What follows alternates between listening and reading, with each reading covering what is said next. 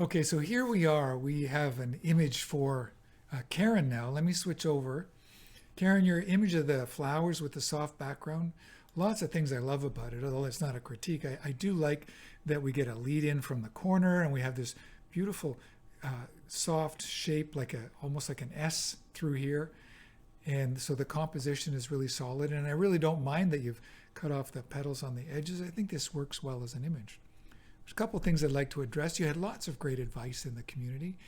This ant, removing it was one. Sometimes an insect or a bug can add, sometimes it can take it away, and I agree, taking that away would really add to the image. I like the feeling and the colors of this image. I think you've done a really good job as far as saturation and sharpness.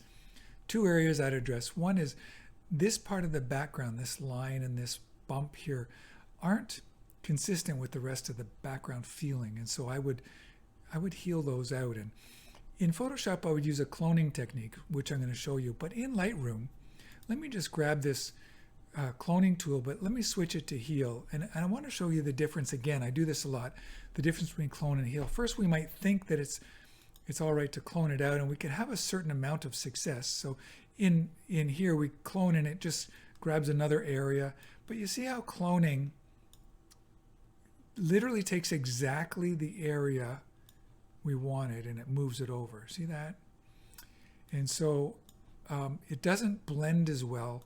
And so we would have to use cloning, and then we'd have to adjust the opacity to try and soften it. And we'd have to do repeated approaches to try and get that just so. And again, change our feather and our opacity. And so that is complicated. But what if, let's delete that. Let's delete that one. What if we go to heal? Now heal is different in that it's going to try and fill in the texture, but it's going to also bring the texture of the area I'm sampling. And you see how at the bottom I could actually try to bring in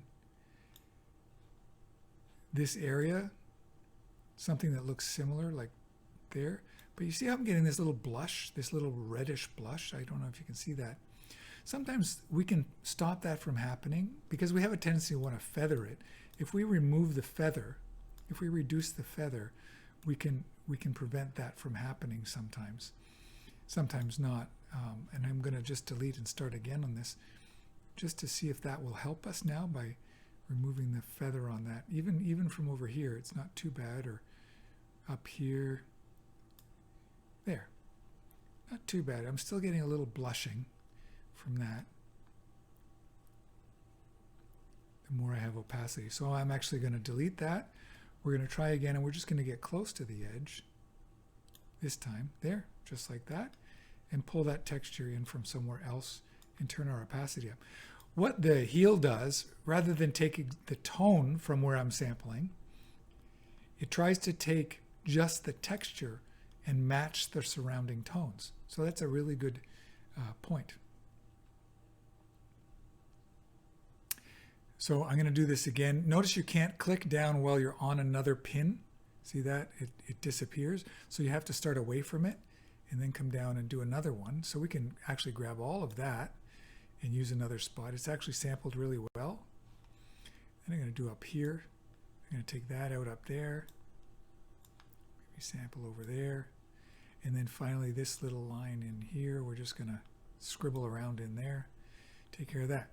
And so that there took it from there to here. So I have all the same textures and tones using the heal brush, and it's taken away those lines.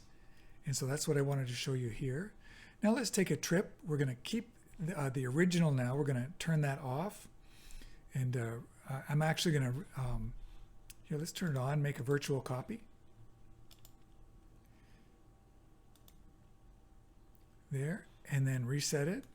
We're going to go over to Photoshop by right-clicking and say Edit in Adobe Photoshop.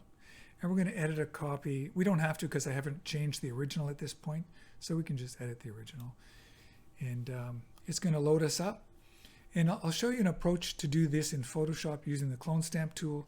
So if I just duplicate the background here, Control or Command J, and work on the background layer, I'm going to grab the Clone Stamp tool, which is S on the keyboard, or you can click here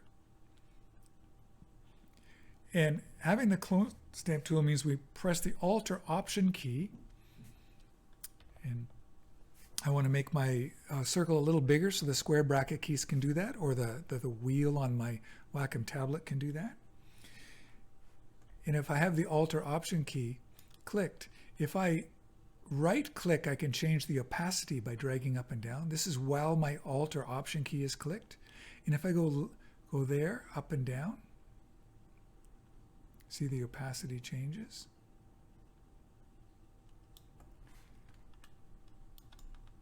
And if I press the Alt or Option key there, and if I go left or right, it changes the size. So there was 3 ways to change the size. Let me review that. The square bracket keys, which is the most common there. The thumb wheel on my Wacom tablet. And by Alt or Option clicking,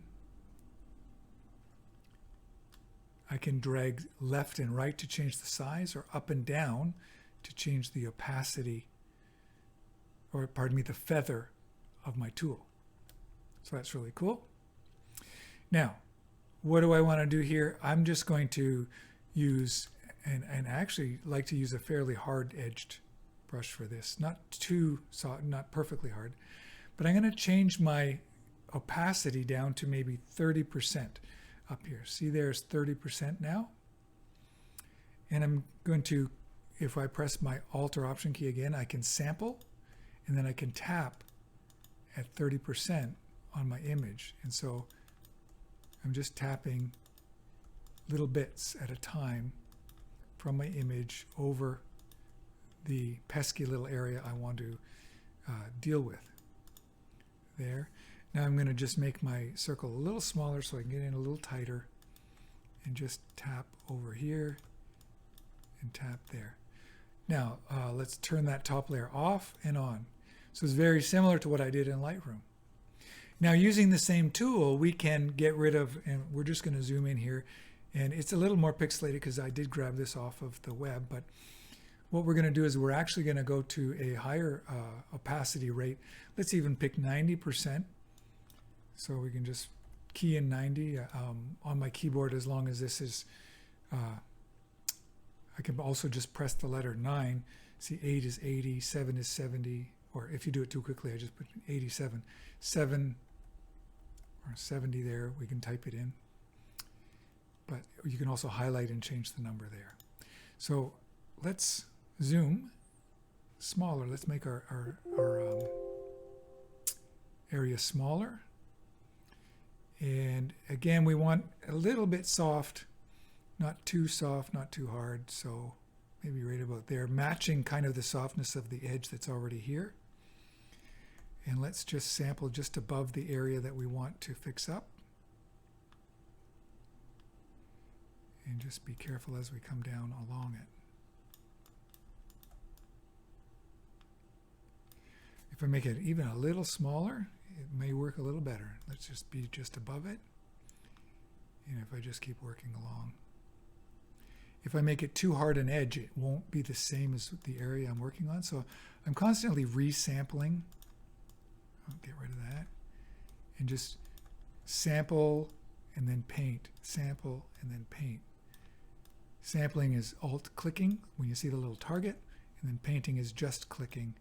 I'm not using my Wacom tablet right now. I'm doing this with a mouse just to show you. And so you could go along, and it will take a few minutes, but you could really tidy that area up pretty quickly, and it's not really complicated. There's no special, nothing really special. It's just simple cloning. And there we go. It just requires a little patience as you go along. And because we're so zoomed in, don't get too perfect. You'll find when you're zoomed out, it's fine. It looks really good along there. And so that's that technique right there. So Karen, I hope that really helps. We can look at, again, before and after. So there's before, and we'll notice this area especially, maybe a little bit of this area, and notice that, and then after. And so that just softens that up and takes away that distraction.